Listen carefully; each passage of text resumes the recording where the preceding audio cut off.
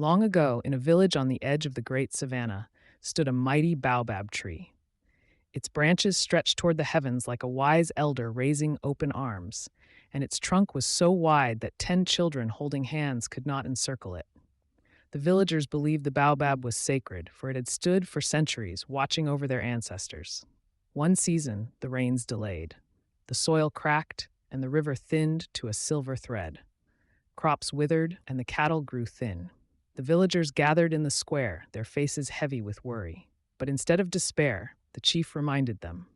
Our ancestors taught us that in times of hardship, unity and tradition will guide us. So the women wove bright kente and ankara cloths, their colors dancing like fire and sun, to wear during a special ceremony. The drummers carved new skins for their djembes and tuned them to deep, rolling rhythms. The elders prepared calabashes of palm wine, while the children rehearsed ancient songs passed down through generations. When the night of the ceremony arrived, the village gathered beneath the baobab. The air filled with music, drums pulsing like heartbeats, flutes echoing like birds, and voices rising in harmony. The women danced gracefully, their beaded necklaces clinking in rhythm, while the men stamped the ground in praise of the earth that fed them.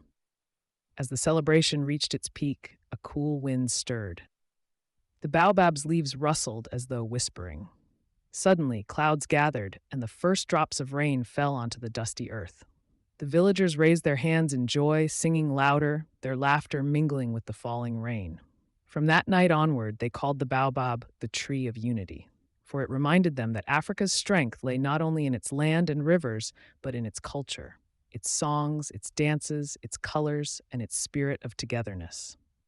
And so, the village thrived again, teaching their children that beauty is not just in the harvest of the soil, but in the harvest of the heart, when people live as one.